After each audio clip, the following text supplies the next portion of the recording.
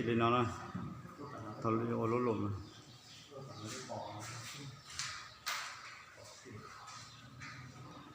ก็หมดขี้เลยนะครับ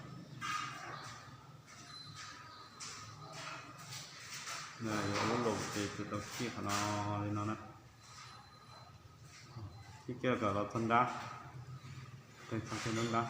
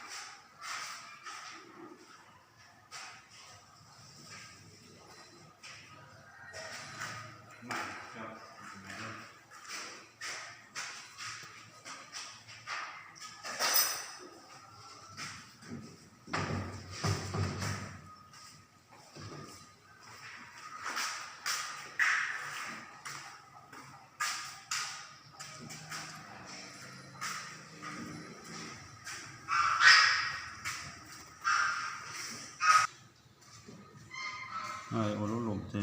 คอนแบบโอรุของเขาละ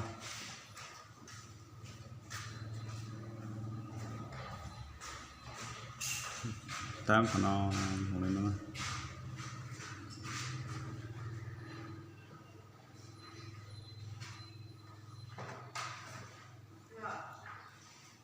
ก็รอโดย